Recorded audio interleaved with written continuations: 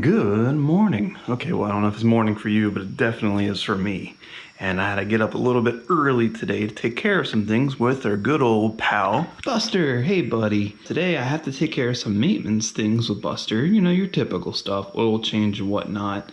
And I want to go over some of the things that, I've had to do to Buster recently because of some of the modifications I made to Buster and how that's affected Buster. Kind of go over some small little updates and whatnot. So that's all this video is going to be. So without more of me blabbing, let's get into it and take care of what we need to take care of. Let's have some fun on Karz Created.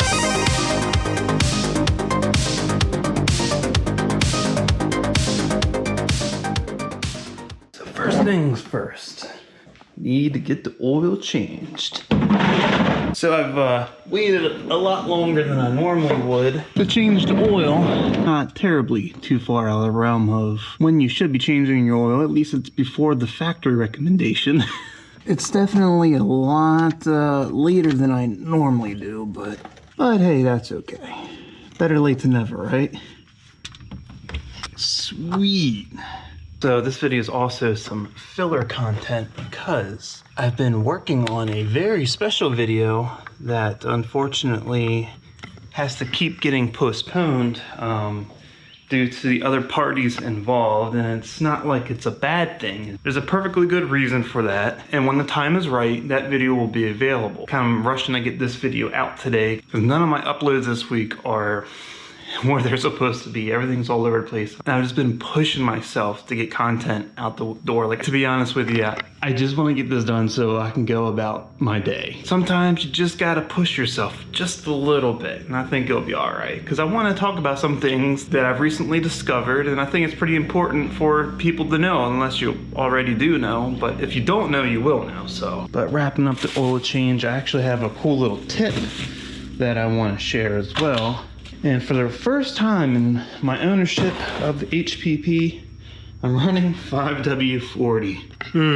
Now, I know a lot of HPP guys actually do run 5W40. And the normal EcoBoost runs 5W40. And I don't think there's really any reason you can't run 540. I think the reason why Ford recommends 550 is because the high performance pack EcoBoost, made for the track, made for driven hard. And yeah, when you are driving hard, you definitely want that thicker weight oil when everything gets hot, so the viscosity stays nice and thick. But if you're just driving around on the road and whatnot, really, I think 550 may be a stretch. I've been running 550 just because I don't want to take chances. But really, because I would always kind of dilute the oil a little bit with some mystery oil, my favorite stuff. Either way, finally running 540, but because I dilute it with a little bit of mystery oil and whatnot, it is going to lower the viscosity. And I don't like that. It has been really warm here in Florida. We've had a heat wave where it's like 90 plus degrees, and sometimes the car would register 100 degrees. This is also something I don't do.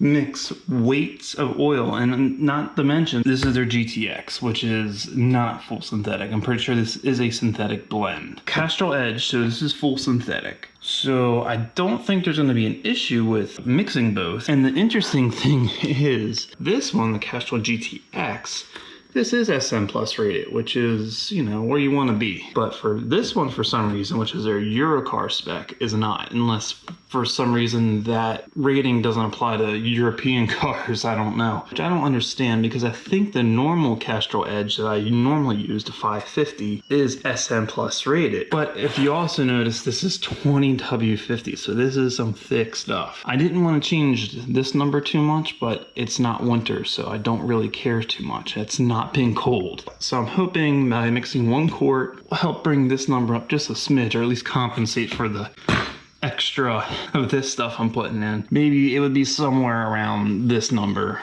maybe. Not something I normally do. I couldn't find any 550 on the shelf anywhere around here, at least not for a good price. Oil has gone up like crazy. Usually I'd find Castrol Edge like for $6, $7, maybe $8 a quart on sale, and that's when I get it. But there hasn't been any sales on the oil, and unfortunately I need to get the car done. Right now I cannot spend $14 $2 a quart on oil, considering I need 6 quarts. So you do the math, which is also why I'm kind of thankful that I own an EcoBoost and not a GT that takes what, like 10 quarts? Oh my God. Yeah, that's a whole nother video I'm planning to make. The differences in total cost of ownership between a EcoBoost car and a V8 GT or such. Because trust me, aside from saving money on fuel, there's a huge difference in a lot of other places too. Yeah, that's a whole nother video. Let's see, is it still draining? That's coming to a slow end. I guess it's time to get the oil filter out. I love the fact that the oil filters on these are so easy to get to. Like just, it's right here. It's so nice. Woo. Of course, wouldn't be an oil change if I didn't make a mess.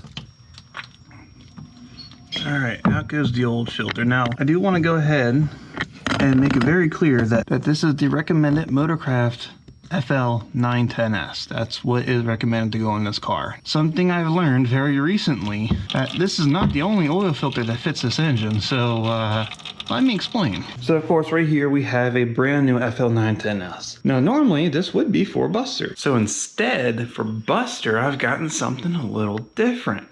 What could that be? Ah, right here. The FL 400S. Yes, the FL 400S fits the 2.3. I will go ahead and say that all the engines the 910S fits, so will this. Now you're asking yourself, why are you going to use a different filter than what calls for it? Well, right here, I'll show you. That's the difference. When I read about people doing this, I'm like, you gotta be kidding me. I mean, it begs the question whether it's necessary or not, because Ford on the high performance 2.3 just chose to stick with the normal 910S, but this one has a lot more capacity. You can see how it has like what, I don't know. It's a little bit taller, so maybe it's got like 15-20% more capacity. And of course, that's gonna have a larger filter inside and more media to help filter things. In a high performance application, I think that's probably more preferred. In a normal daily driver, I don't think so. But once I learned about this, I'm like, oh, you gotta be kidding me. I could have been using this filter the whole time. But you can see everything is identical. Threads are the same. The number of drain holes are the same. Everything's pretty much the same other than the capacity. So also for the first time ever, I'm gonna be running this filter on Buster, see how well it does. And that will be nice because filters are a good thing, especially in your oil. And to further prove that this filter fits, here we have the FL 400. It's going up right now. Look at that. And there we go, for a couple dollars more over the normal 910S, I got some extra filtering capacity. And you know what? That makes me happy.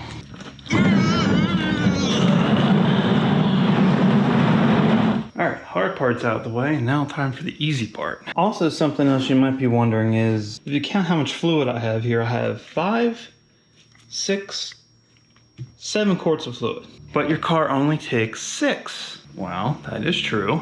It takes 6 with the 910S filter. So it's going to take just a little bit more with the larger FL 400S. And I always overfill just a smidge. So that's why I got 6 quarts here, and then I'm going to top off the difference with some mystery oil. But yeah, that's the reason why. So I think that finishes up the oil change there, so.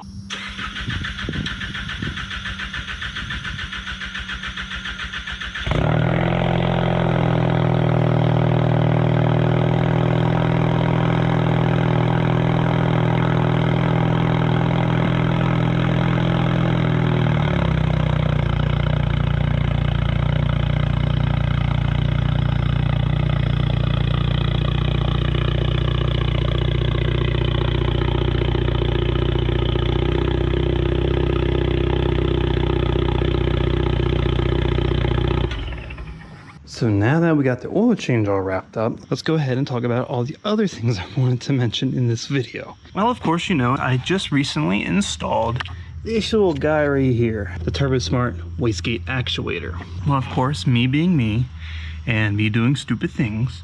Instead of just taking some extra time paying attention, I would have known that there was a third bolt holding the turbo shield on. I wouldn't had to have cut it. And to make it work again, I had to cut it pretty far up. And usually it has a piece that goes and wraps all the way underneath the turbo. Well, I cut that off. So what was happening is all that heat coming from the turbo was just coming right up. Here's the oil lines right here. Here's the charge pipe here. Here's the wastegate here. All of that was getting so hot.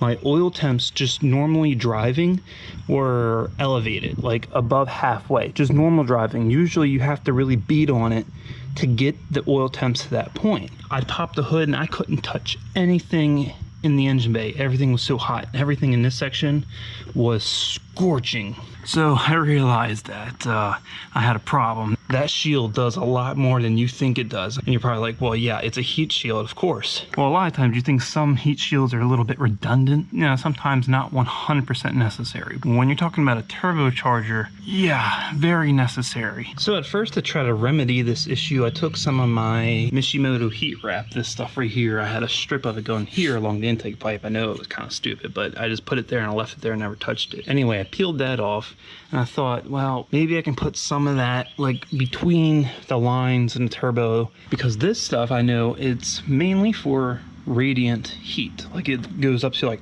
2000 degrees or something of radiant heat, but only like a few hundred degrees, I think up to 500 of direct heat. There's a difference between radiant heat and direct heat. And this close to the turbo, the hot side of the turbo housing, would probably be considered direct heat, if you will. It's not radiant. It's not like it's over here and the heat coming here is traveling this way or that way or up on the hood. That is direct heat. And yeah, I didn't really think of that at first. And thankfully, after a short drive, I noticed something and came immediately back home, because not long after going out, that heat shielding got a little too hot. And as you can see, yeah, it caught fire. And of course, losing 2 other cars to fire, that immediately set panic in. So, you know, be careful when you use this stuff. Be mindful of its temperature ratings, its maxes, and be mindful where you're putting it. That was a dumb move for me, so don't do that. Thankfully, I had some high-grade heat wrap that I've just had for a very long time from other projects that I was able to wrap around everything, and I wrapped a little bit of the downpipe up into the O2 sensor there. On top of that, I also had some of this heat shielding here that I used to cut and put around the turbo lines down here, here, here, because from the factory it has it as well.